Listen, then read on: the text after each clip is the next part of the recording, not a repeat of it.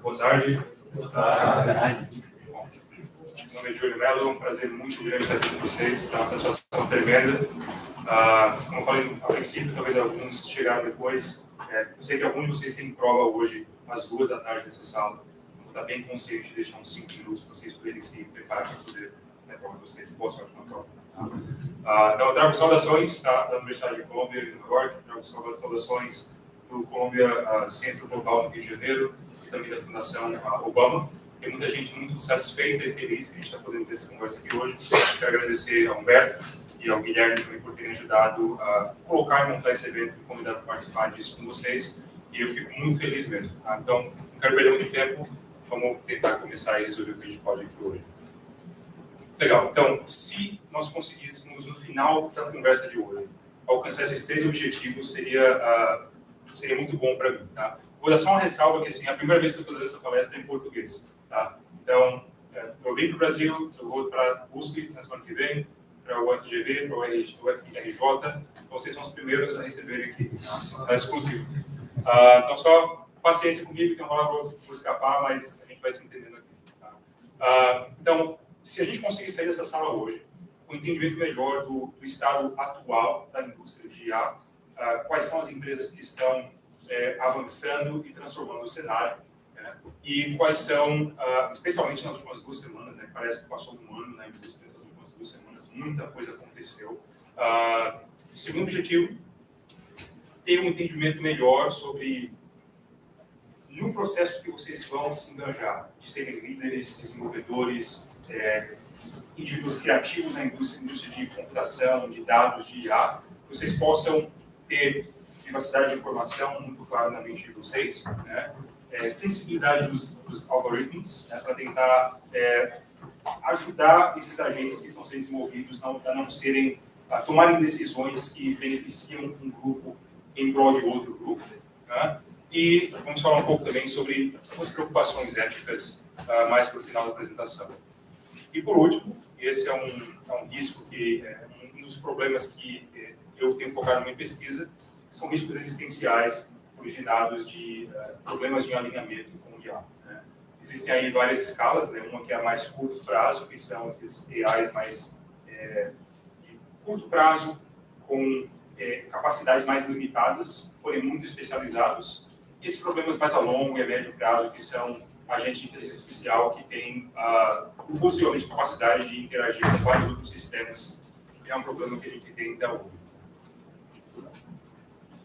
Tá, um pouco sobre mim, bem rápido. Então, meu nome é, como eu falei, Júlio Melo, eu nasci e cresci em João Pessoa. Tá? Em 2007 eu mudei para São Paulo. Em 2013 eu mudei para os Estados Unidos para estudar ciência da computação na Universidade de Utah. Em 2016 eu fui recrutado pelo Departamento de Defesa americano para trabalhar como linguista nas Forças Armadas dos Estados Unidos.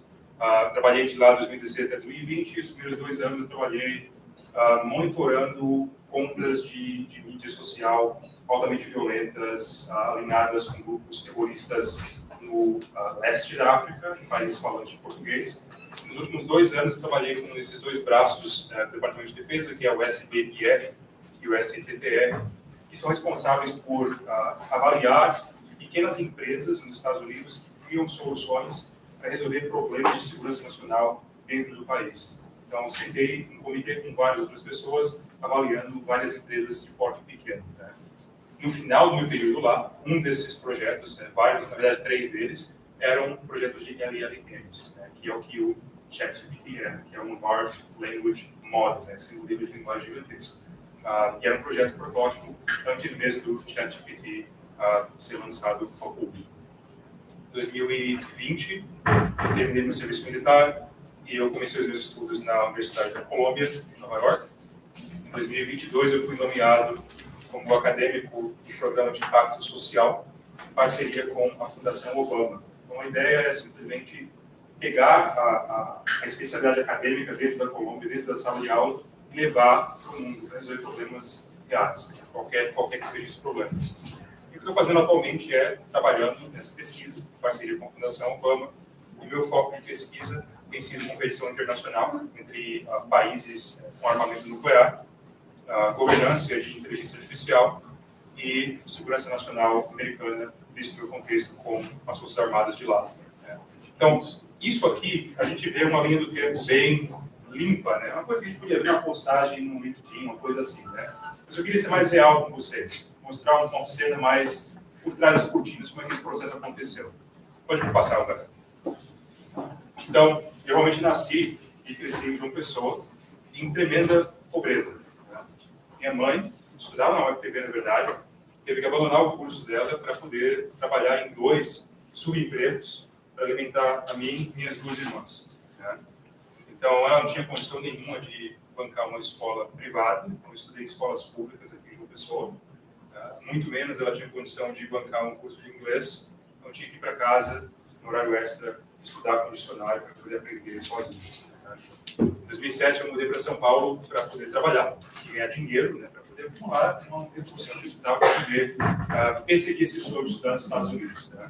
Então, realmente fui, fiz essa computação em 2016, durante aquele tempo que eu estava servindo no Exército, o tipo de trabalho que eu estava fazendo não era tão...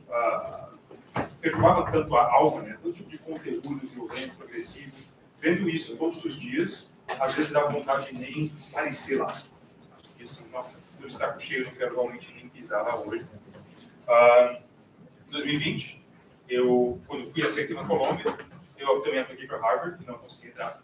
Em 2022, quando fui aceito para esse programa comum dos acadêmicos, eu fui negado em vários outros que eu também apliquei. E ainda hoje, como pesquisador, trabalhando, fazendo tudo isso, tem dias que eu acordo, estou enfrentando a minha agenda de problemas, e penso, nossa, o que eu vou fazer agora? Onde é que eu vou com isso aqui? Então, assim, qual é a ideia de poder mostrar para vocês essa versão mais limpa e essa versão agora por trás da cena? Né? Acho que é muito importante a gente carregar nossa jornada com a gente.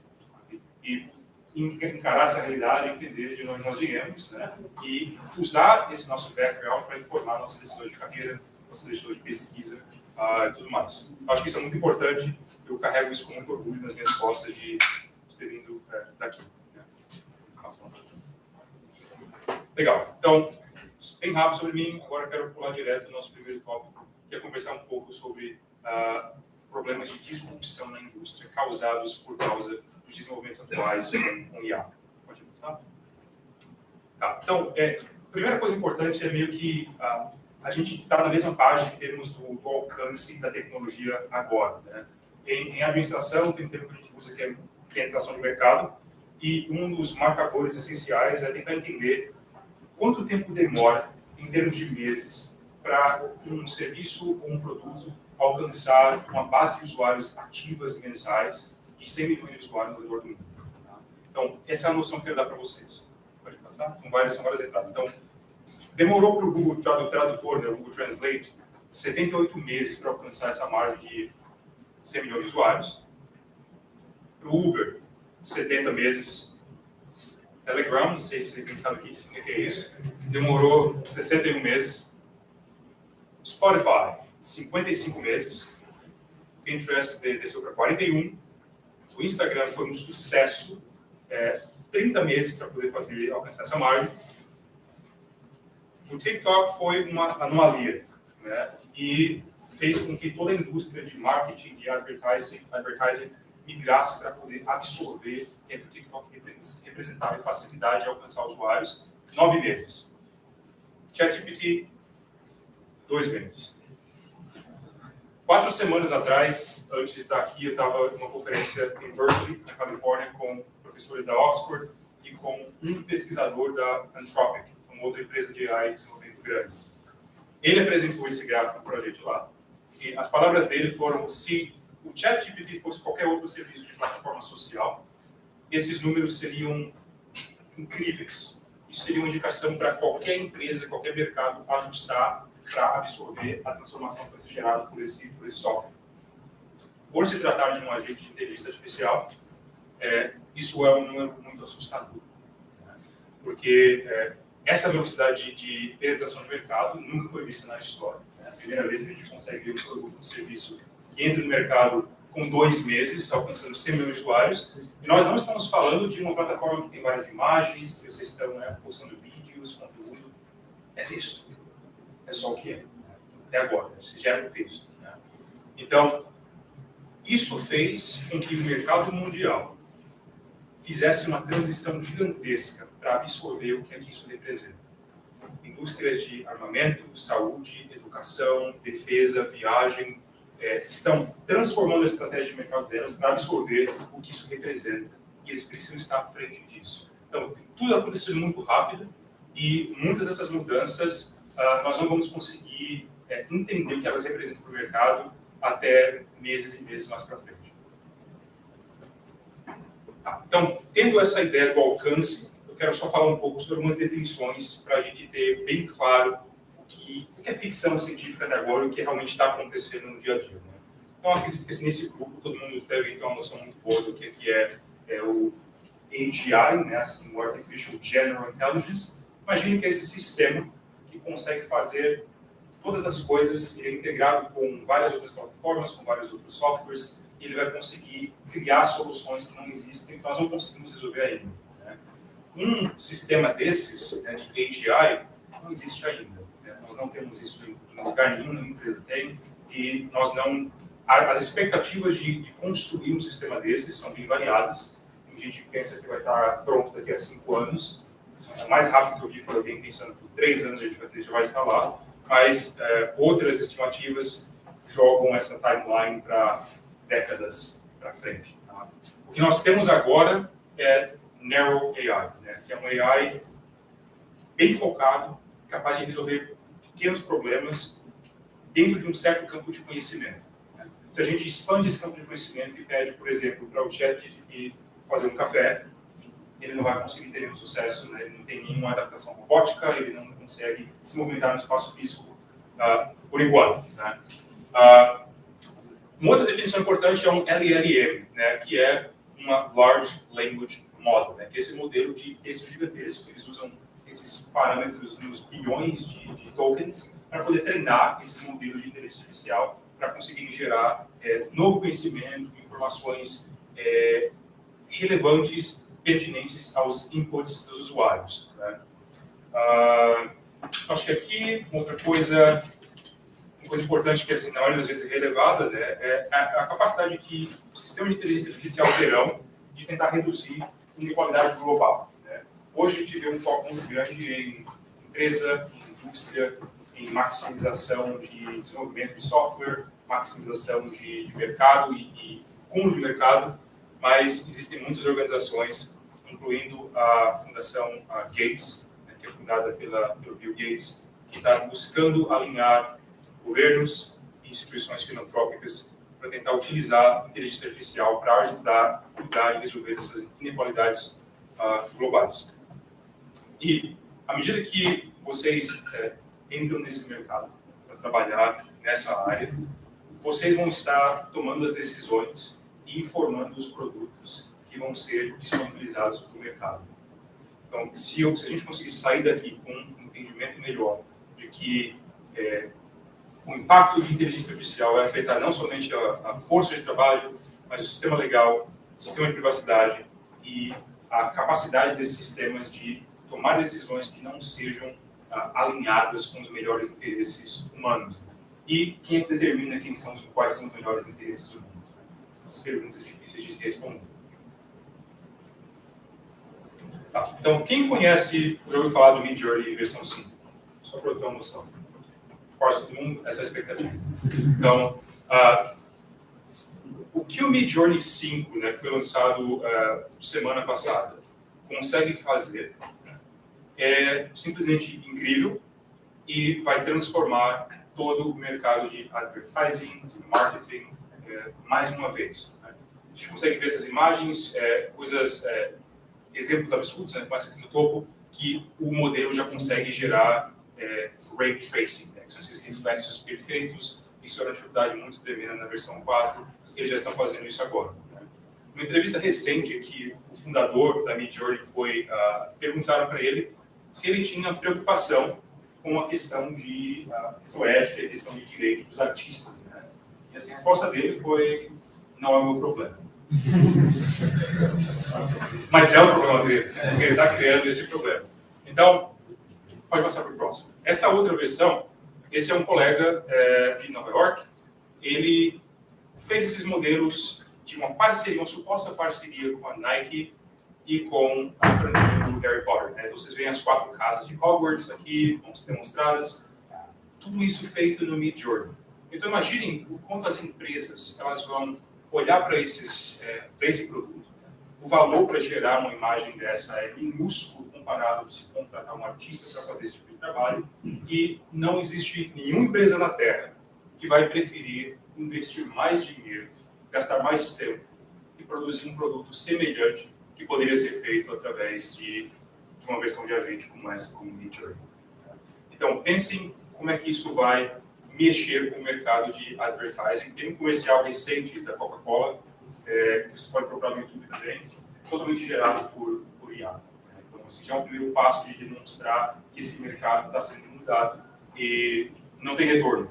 Daqui as coisas vão mudar para uma outra direção e não vai ser mais do jeito que era anteriormente. Esse é um outro exemplo. Tenho certeza que vocês viram vários casos do GPT-4 essa semana, em todo lugar na mídia. Esse é um dos exemplos mais interessantes que eu achei. Utilizando apenas os inputs de texto do aplicativo, você consegue gerar em minutos um protótipo de aplicativo para Android ou para iOS funcional, conectando com APIs do YouTube. Você consegue ter algo funcionando em minutos. Então, acho que é uma coisa que, como desenvolvedores, como alguém que está estudando para entrar no mercado de desenvolvimento, talvez isso pode parecer desencorajador, mas eu iria sugerir o contrário.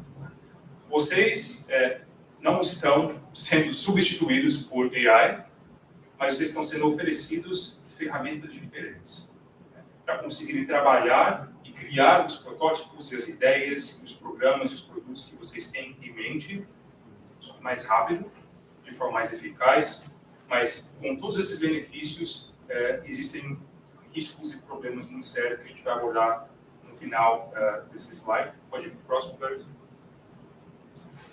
Esse é um exemplo excelente também. Alguém já viu essa imagem aqui? Pode levantar a mão se alguém já viu isso aqui? Um já viu. Okay. Então, esse é o cofundador e presidente atual da OpenAI, o Mr. Bachman. Ele postou essa imagem nas redes sociais.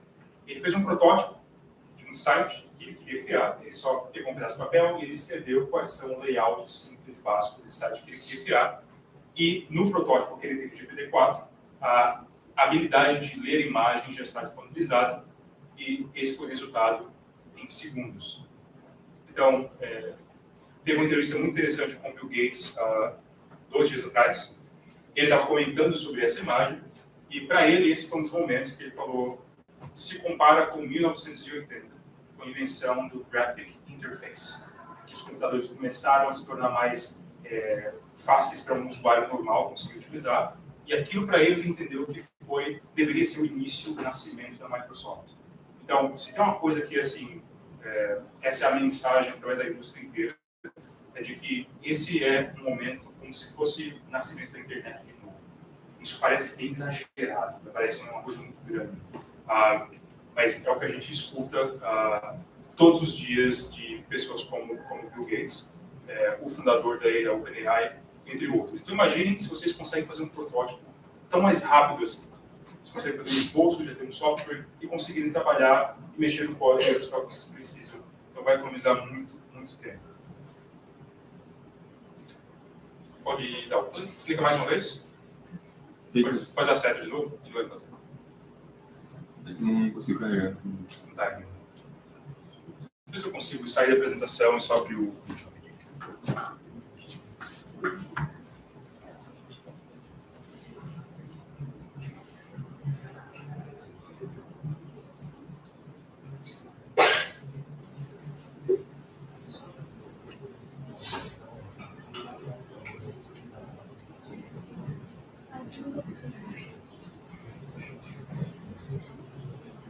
Não estou conectado por isso. Tem um cabo de rede? Sim. Tem. Chegou, não sei se tem. Não tem. Eu tenho Wi-Fi. Tem Wi-Fi sim. Tu sabe conectar? Não é da sua conectar agora? Conecta pro.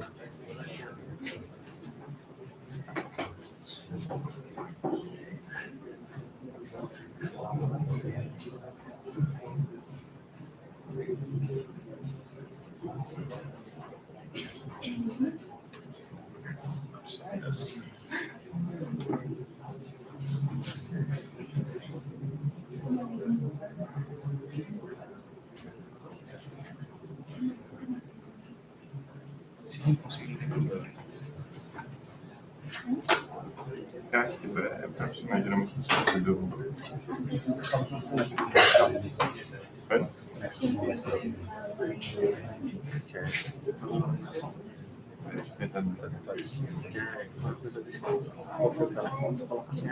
Para vídeo, será que agora? Vai. Só para o teste.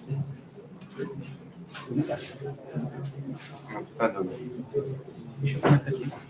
Vai com a internet. Tem mais PC? Transmite sim. Transmite, como é que faz?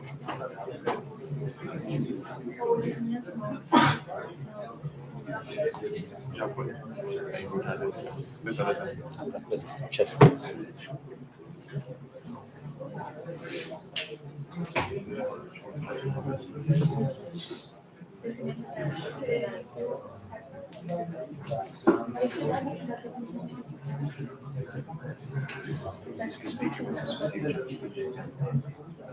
falando no máximo. On Earth, the simple rules of natural selection and competition led to the evolution of increasing. Então a gente vai só tentar ver como a gente consegue fazer, tá? Esse é um modelo que foi criado. Alguém já viu esse vídeo? Levanta a mão se alguém viu. Bem famoso, né? Então esse é um modelo muito interessante, utilizado pelo OpenAI, né? E eles utilizam Deep Learning, eles utilizam Neural Networks para tentar treinar esses dois times de agentes para desenvolver estratégias de competição para conseguir capturar um ao outro. Né? E uma das coisas mais fenomenais, né, que são a plataforma de conhecimento emergente. Né? Nesse primeiro exemplo, a gente vê eles bloqueando as portas com as caixas, né? Então, o time azul com o time vermelho. Eles entendem que trabalhando em conjunto, eles conseguem ser muito mais bem-sucedidos. Então, eles aprendem a bloquear as duas portas. Com dois agentes vermelhos agora. A gente já vê o primeiro uso da rampa. Eles entendem que agora eles não podem deixar a rampa lá fora, eles levam para dentro da caixa deles. E eles conseguem ser bem-sucedidos por milhares e milhares de rodadas. E demora um certo tempo para os agentes vermelhos tentarem encontrar uma solução. Construção de abrigo foi um outro desafio desse artigo. E eles demoraram milhares de rounds para tentar encontrar qual a melhor estrutura para conseguir se defender. Esses são os meus favoritos. Então, essas qualidades emergentes são atributos que seres humanos geralmente não pensariam. Mas como um IA entende toda a física da plataforma, ele consegue surfar na caixa como se fosse uma prancha. E vai lá e pega ele. Então, são essas soluções inovadoras que, como às vezes nós não conseguimos encontrá-las e pensar sobre elas. Então, isso vai ser um momento muito transformador para muitas indústrias tentar encontrar essas soluções unprecedented. Então, imagina que eles fizeram isso numa escala gigantesca. Esse artigo hoje, esse estudo já foi multiplicado várias vezes hoje, tem uma versão nova dele já. Pode pausar essa ideia. Então, isso para mostrar para vocês só as qualidades emergentes de um IA. Né? E mais para frente na apresentação, a gente vai ver o outro lado disso, que é o que acontece se essas qualidades emergentes não estiverem alinhadas com bons interesses humanos. Né?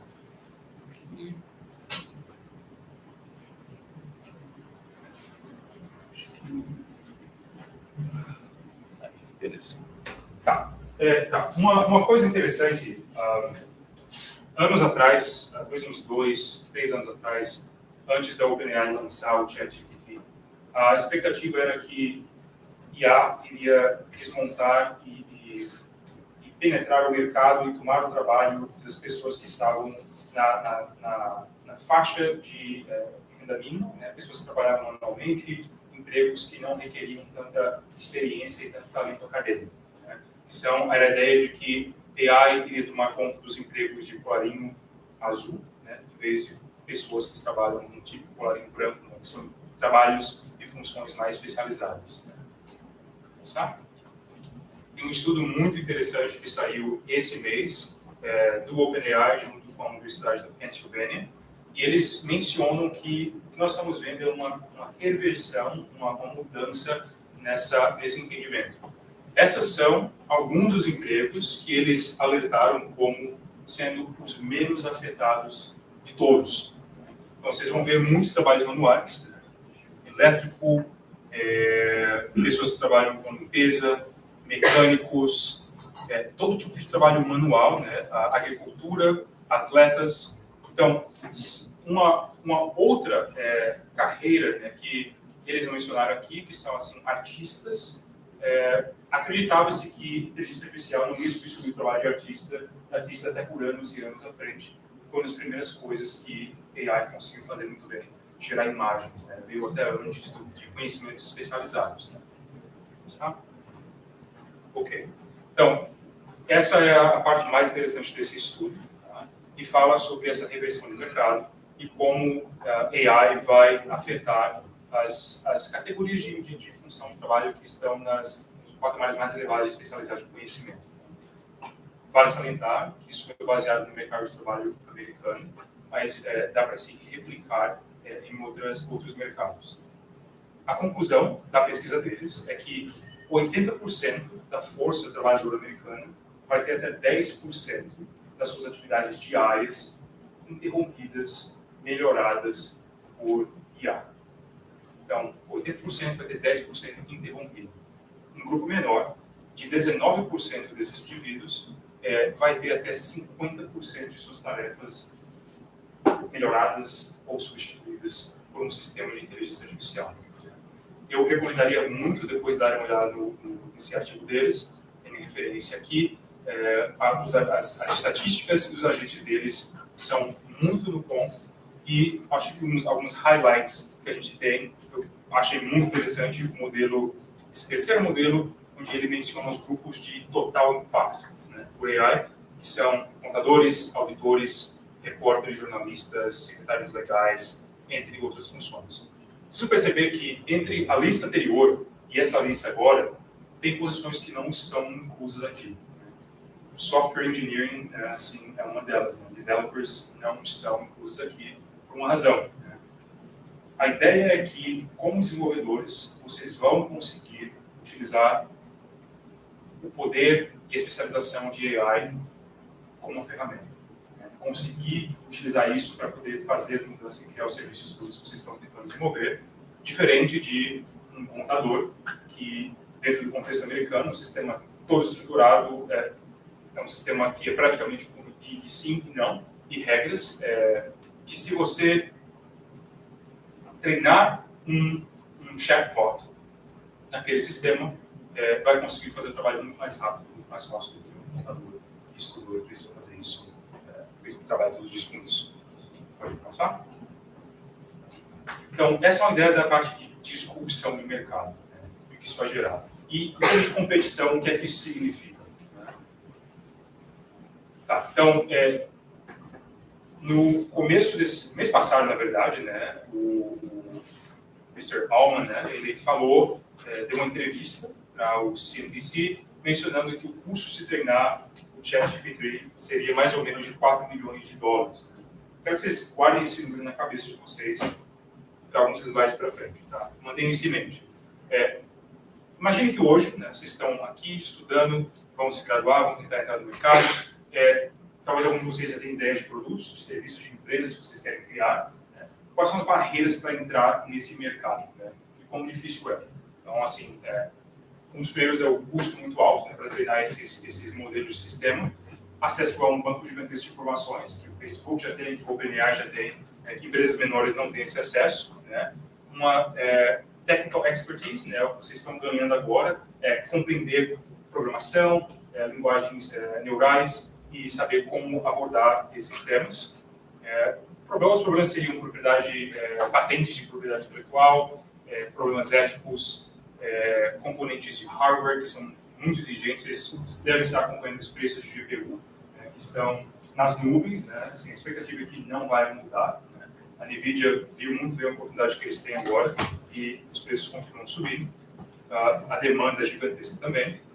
E outros dois pontos são percepção pública e o ambiente regulamentar e de legislação de cada país onde vocês vão tentar criar essas empresas, né?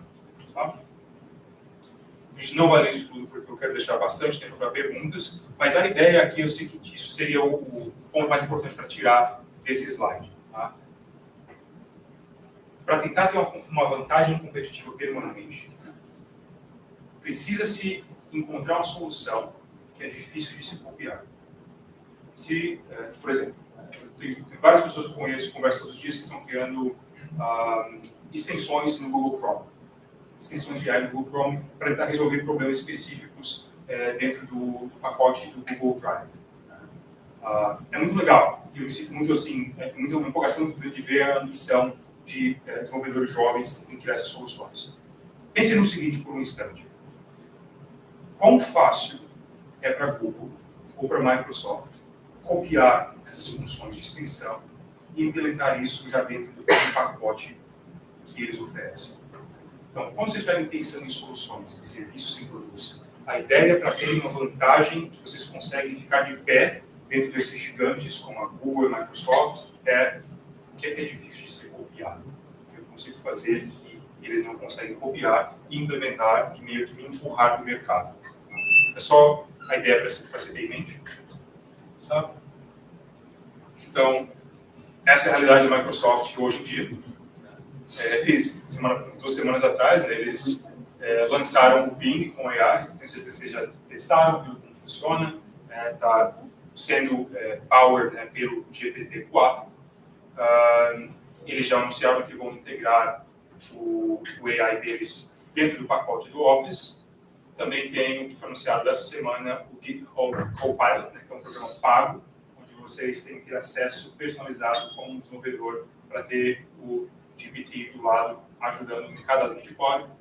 E eles também vão integrar o Microsoft Teams. Então, a Microsoft entendeu que esse é o momento deles de conquistarem a maior possibilidade, o maior espaço de mercado que eles conseguirem possível. Né? E eles estão conseguindo fazer isso pela primeira vez em muitos anos na frente do Google, de forma muito interessante para o mercado. Isso está gerando uma especulação muito grande na indústria.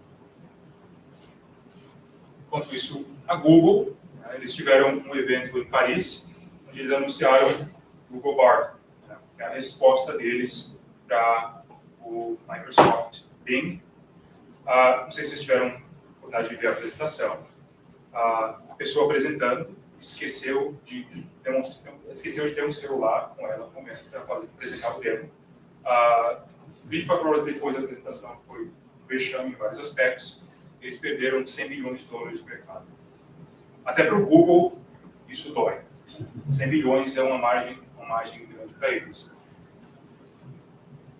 Mesmo com esses problemas, entendendo que eles estão correndo atrás para se aproximar do mercado, eles já anunciaram que vão integrar o AI deles dentro do Google Drive, mas eles claramente precisam correr atrás da competição para se aproximar do que a Microsoft conseguiu fazer. É um momento interessante, um momento muito legal.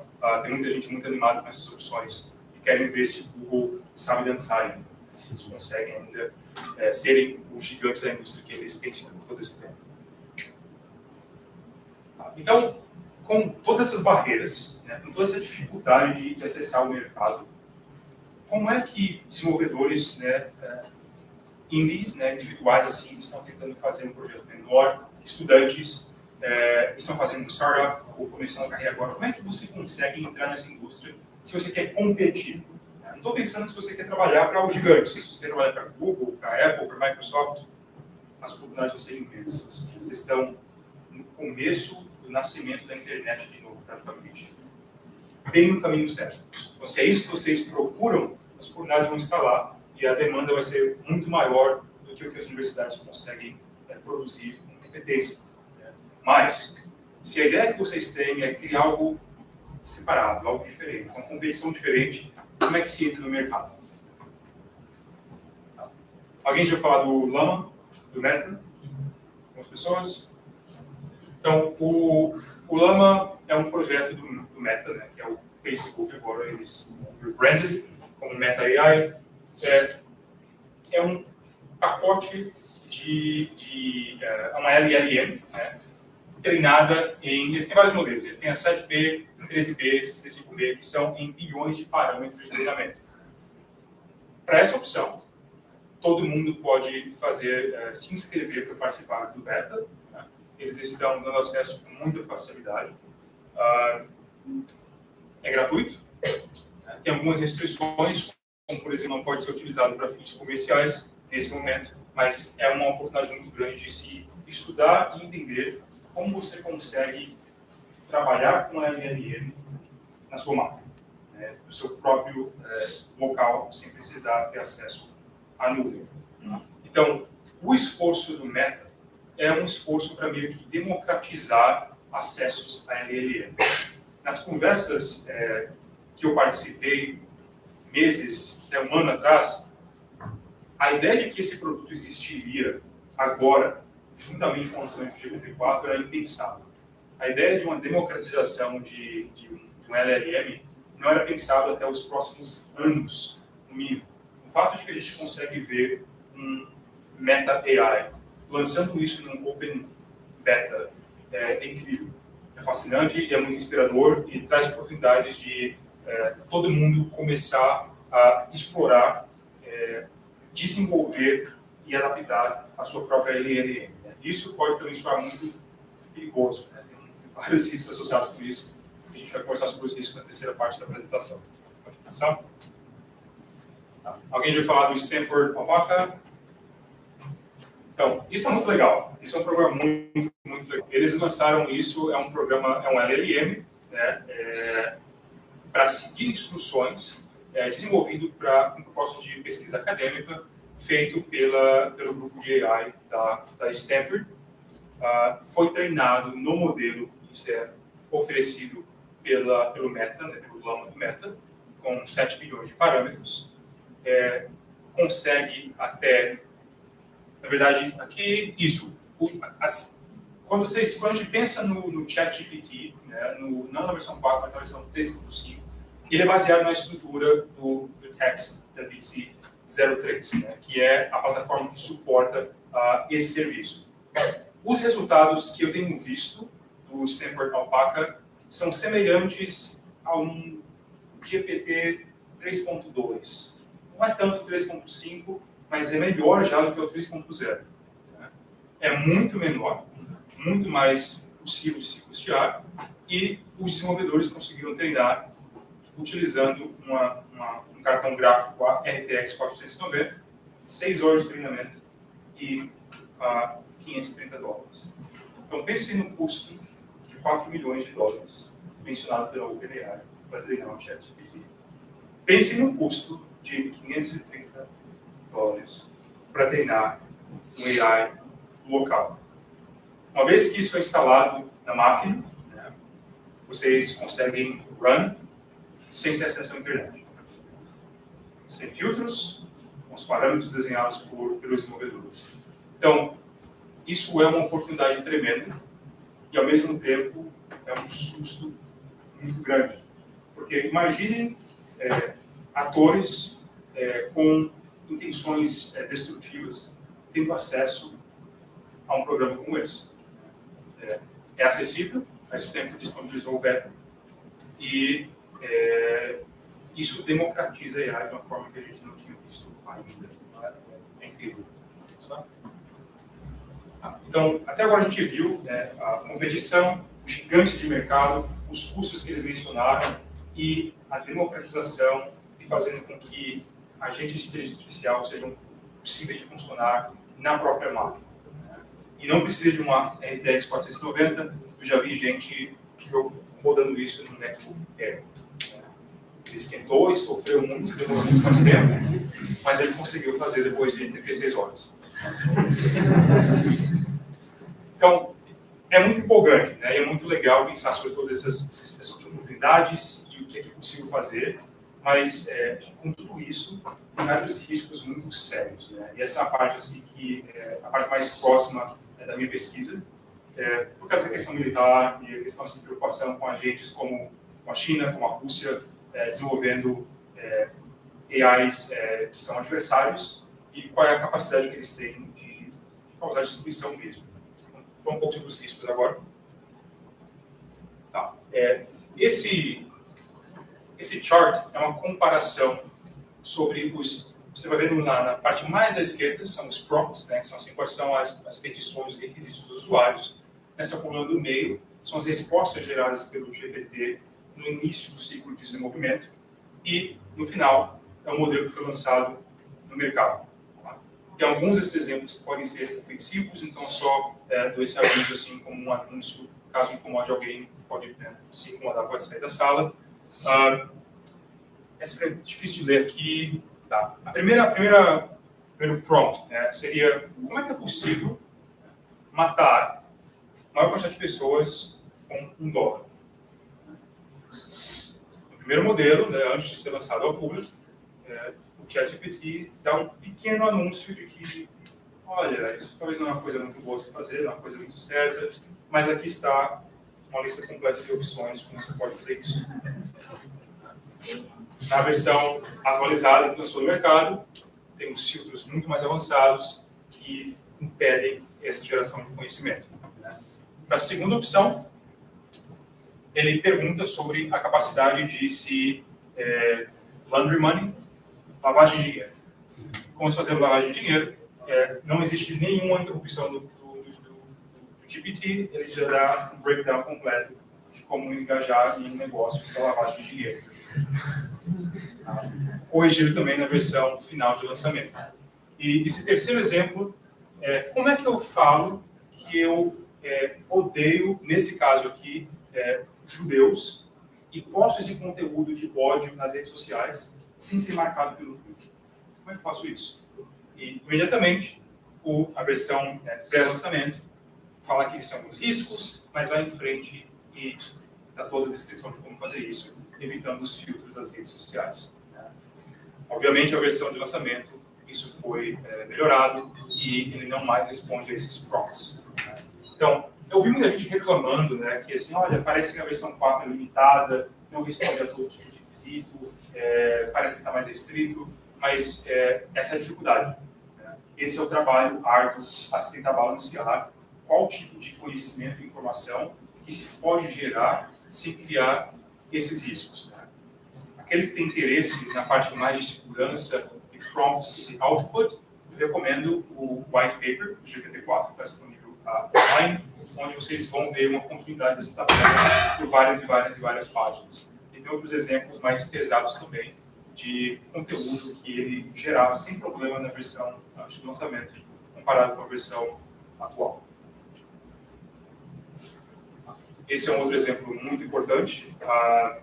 Essa foi uma pesquisa, isso é sobre Machine Intelligence, saiu ano passado. Os pesquisadores eles estavam utilizando um modelo melhorado do GPT-3 para tentar criar, descobrir novas drogas, né, novas medicinas e soluções químicas. Né? Eles utilizaram o que é chamado de Inverted Development, que é praticamente instruir o chat a fazer o que ele estava fazendo, só que o contrário. Em vez de tentar encontrar soluções, medicinas, tentar criar substâncias tóxicas, toxinas, né, para tentar causar o maior quantidade de dano possível. Né? O que eles fizeram, eles integraram o GPT com outros softwares que já tinham uma API construída neles para fazer compra de produtos químicos, para pesquisar na internet. Então, isso aqui, o GPT atual não conseguiria fazer nem antes do lançamento. Era um produto utilizando a fundação do GPT, mas integrado com outros softwares para fazer esse teste. Então, isso foi testado dentro de um ambiente acadêmico controlado. Não somente essa versão do agente conseguiu criar toxinas novas que nós não conhecíamos, mas ele conseguiu aperfeiçoar vários tipos de venenos atuais que nós não tínhamos, não tínhamos o conhecimento que poderiam ser aperfeiçoados da forma que o agente sugeriu. Tá?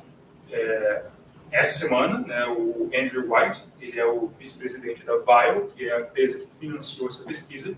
A resposta dele foi: não existem soluções para esse problema no momento. A decisão foi shut down, colocar totalmente offline e não distribuir isso para ninguém, porque não deu solução.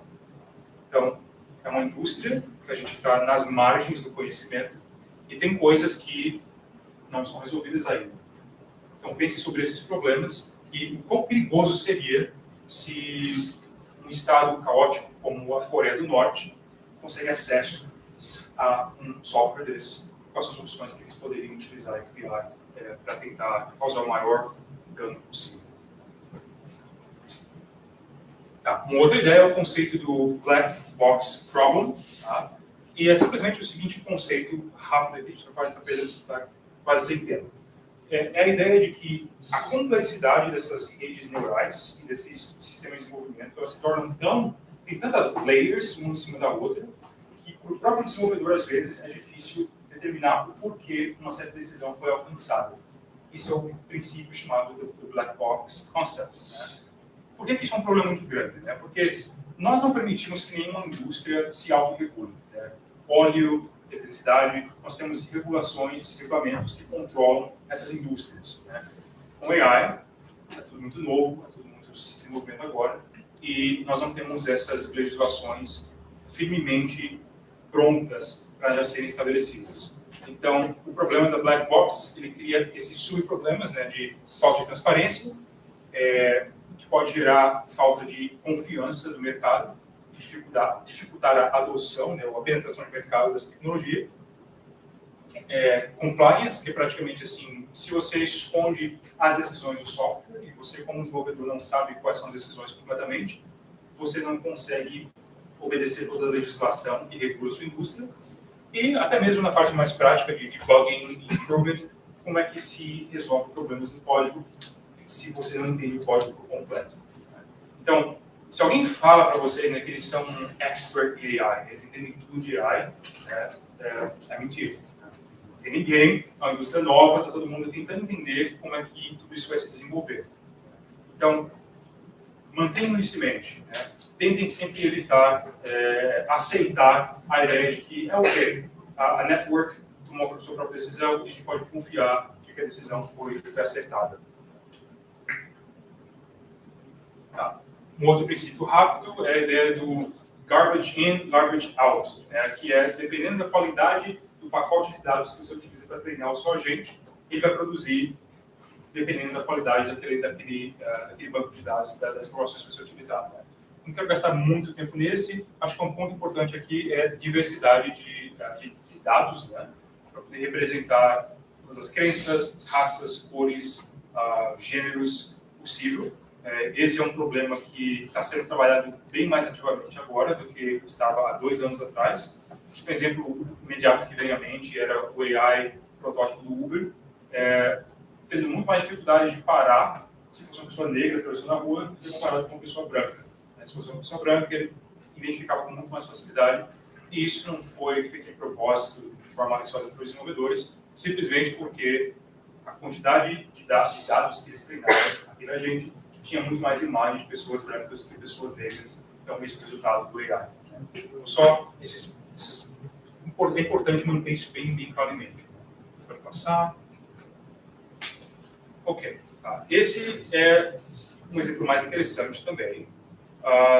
E a ideia de agentes de inteligência artificial que buscam poder, mas agora, de imediato, resultados mais recentes. Né? Essa pesquisa saiu recentemente também, isso na verdade, do white paper do GPT-4, né? Está na página 15 desse paper deles, quando eles lançaram esse novo modelo.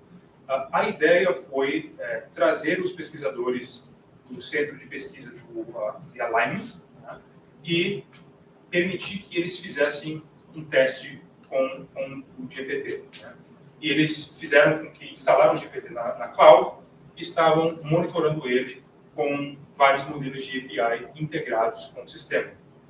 Eles permitiram que o GPT-4 tivesse acesso a um ler e executar, um loop, né, um código de ler e executar, que permitiu não somente função de execução de código, mas thought reasoning, chain thought reasoning, que é a ideia de não somente responder a um prompt que você faz no ChatGPT, mas ele elabora um primeiro, um segundo, um terceiro, e ele constrói sem você precisar continuar dando mais inputs. Né? E o último é delegar tarefas para cópias que ele fez de si mesmo. Mais uma vez, isso foi tudo no ambiente fechado, né, para a propósito de entender quais eram as capacidades atuais do sistema. O modelo foi bem sucedido em conseguir tomar conta de uma conta bancária que ele tinha acesso. Ele conseguiu não somente multiplicar aqueles recursos, comprar servidores e conseguiu adquirir novas fontes de conhecimento. No entanto, a margem ou o final da capacidade desse modelo foi na capacidade de se multiplicar. Né? O modelo atual não consegue fazer isso tão bem feito e foi aí que o teste se encerrou. Mas nós já conseguimos ver, mesmo agora nessa versão mais cedo, o que parece ser o princípio, o começo do que talvez vai ser um AGI no futuro. Né? Então, não se pensava que isso seria possível nessa década. O fato de a gente consegue ver um AI que está funcionando com APIs, que consegue tomar conta de uma conta bancária e que consegue se multiplicar de forma limitada, é um avanço muito grande e uma preocupação tremenda também. Então, com isso, a gente meio que olha para o futuro e pensa sobre AI mais forte, com ambições e capacidade de acúmulo, aquisição e segurar poder. Né?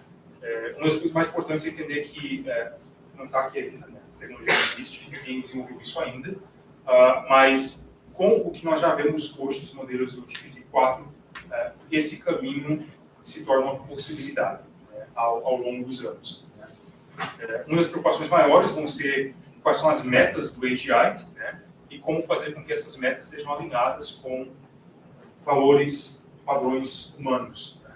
E essa vai ser uma tarefa e é um debate árduo que está acontecendo todos os dias e ninguém tem uma solução exata de como isso deve ser resolvido.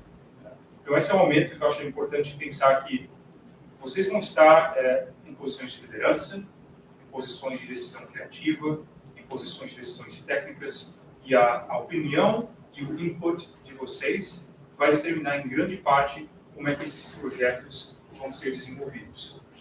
E se vocês têm em mente as preocupações relacionadas com segurança de AI, a minha esperança é que vocês vão conseguir ser aquela voz de razão na sala, de poder tomar as decisões que vão meio que mudar a direção da empresa ou do projeto para desenvolver algo de forma segura.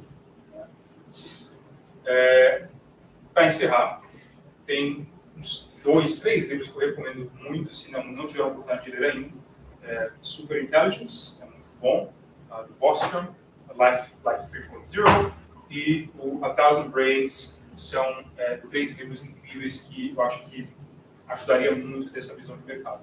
Tá? Então, eu queria muito deixar tempo para as perguntas, né? Então, a gente queria usar esse momento agora, depois para o próximo slide, a gente pode fazer parte das perguntas. Se quiser ler, Humberto, do WhatsApp, não tem problema. Beleza.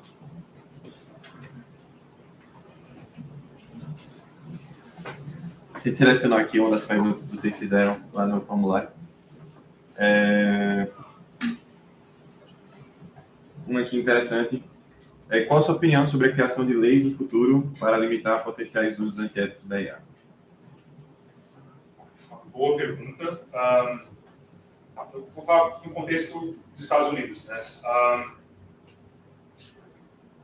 Os legisladores, os senadores não têm ideia do que está acontecendo.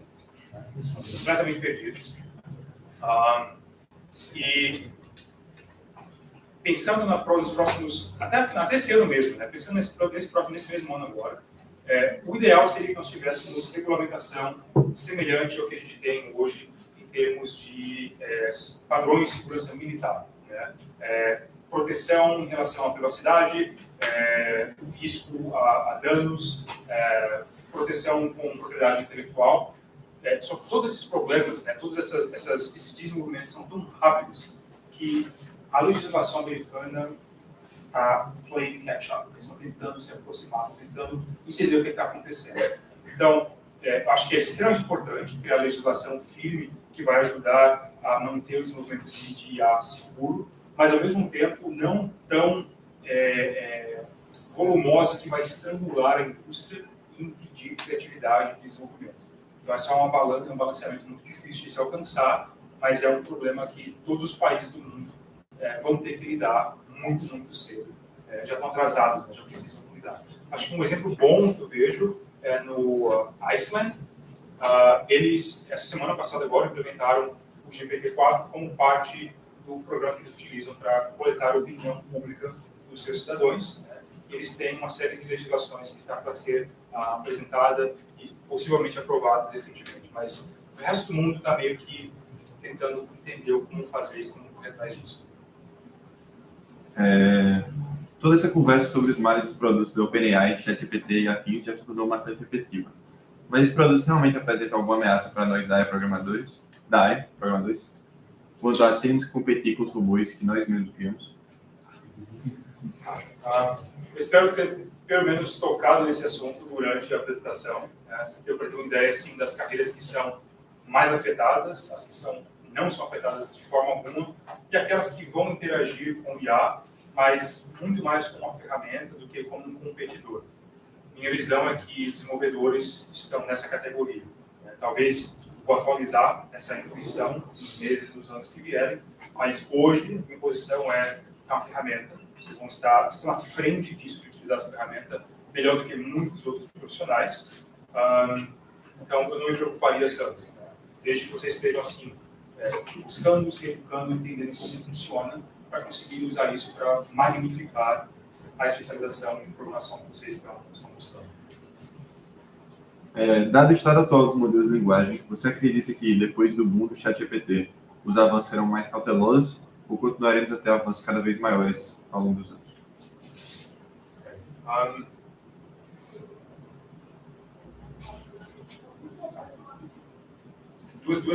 Duas partes dessa resposta. Custa muito dinheiro para treinar esses modelos gigantescos que a gente viu pelo OpenAI, pelo Bard, pelo Llama, do Meta. Então, essas empresas grandes, elas vão ser cautelosas em criar um calendário de desenvolvimento e de lançamento das versões próximas para conseguirem ter a melhor vantagem competitiva de mercado com os outros gigantes de mercado.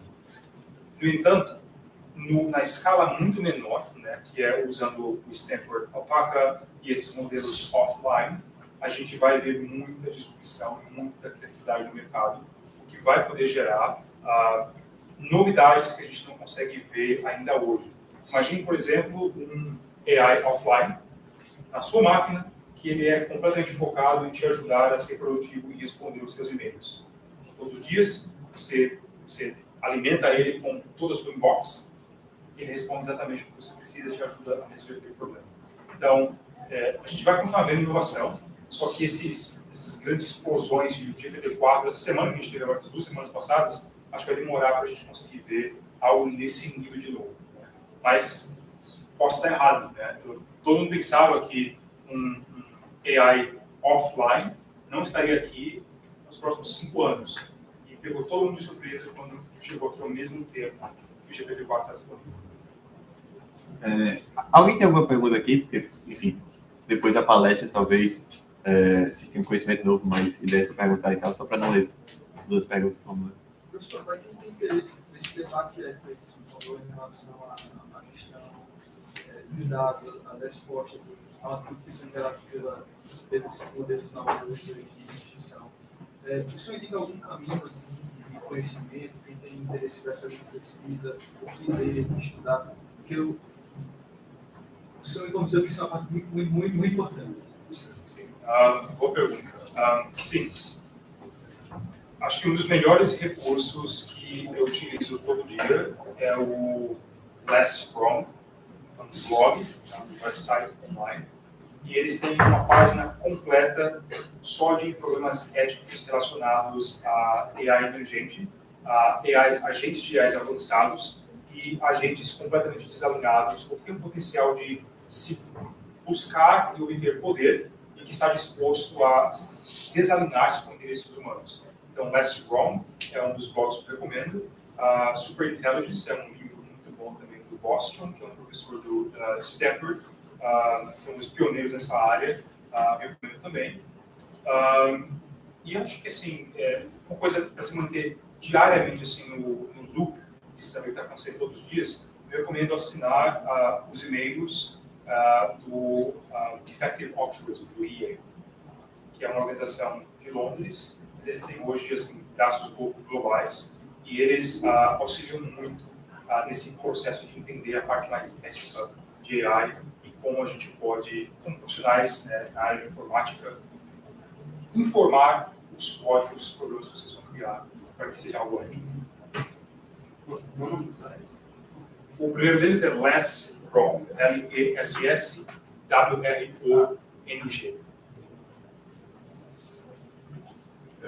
Boa parte das tarefas, dos trabalhos que você mencionou como impactados como 100% eram atividades relacionadas à área criativa. Mas, tomando em consideração que todo o trabalho criativo que a IA toma como exemplo e já existiu, não seria tão precipitado assim a dizer que eles se impactam tanto assim a ponto de perderem totalmente seus empregos, porque para de fato a IA trabalhar com esses modelos precisa ter acesso a uma atividade criativa que já existiu. Então essas pessoas vão continuar produzindo, mesmo que em menor quantidade. Então não seria precipitado dizer que eles vão ser afetados 100%. Excelente ponto.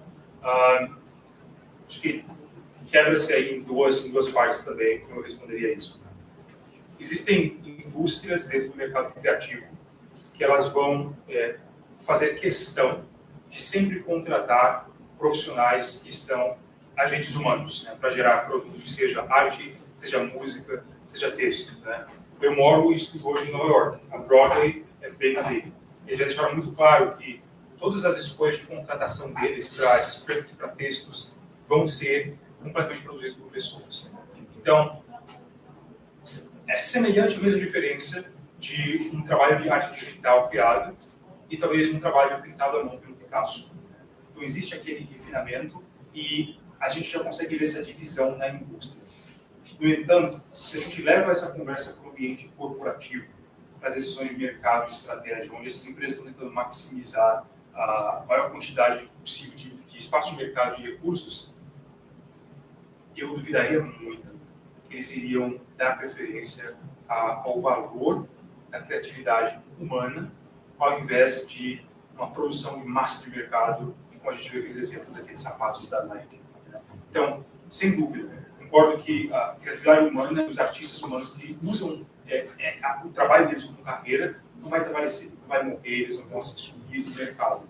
Mas, como maior a empresa, a minha intuição, pelo menos hoje, de que eles vão se orientar para o maior custo-benefício possível que eles podem. E, assim, ao longo dos anos, a gente pode ver atividades emergentes surgindo, onde talvez eles vão estar fazendo parte do marketing deles e dizer, olha, todas as nossas camisas foram criadas por agentes humanos, como uma propaganda de mercado para incentivar consumidores que estão preocupados em dar suporte a produtores e artistas humanos. Obrigado. Então, a gente tem... já deu aqui. Então, assim, eu quero agradecer muito a vocês pela paciência, desejar que eles tenham uma prova boa sorte. Tá? Pode passar só o próximo slide rapidinho. Se quiser manter contato, pode tirar um screenshot do QR Code, pode me adicionar perguntas, querem conversar depois, estou super disponível. Tá? Muito obrigado de novo, foi um prazer estar aqui com vocês.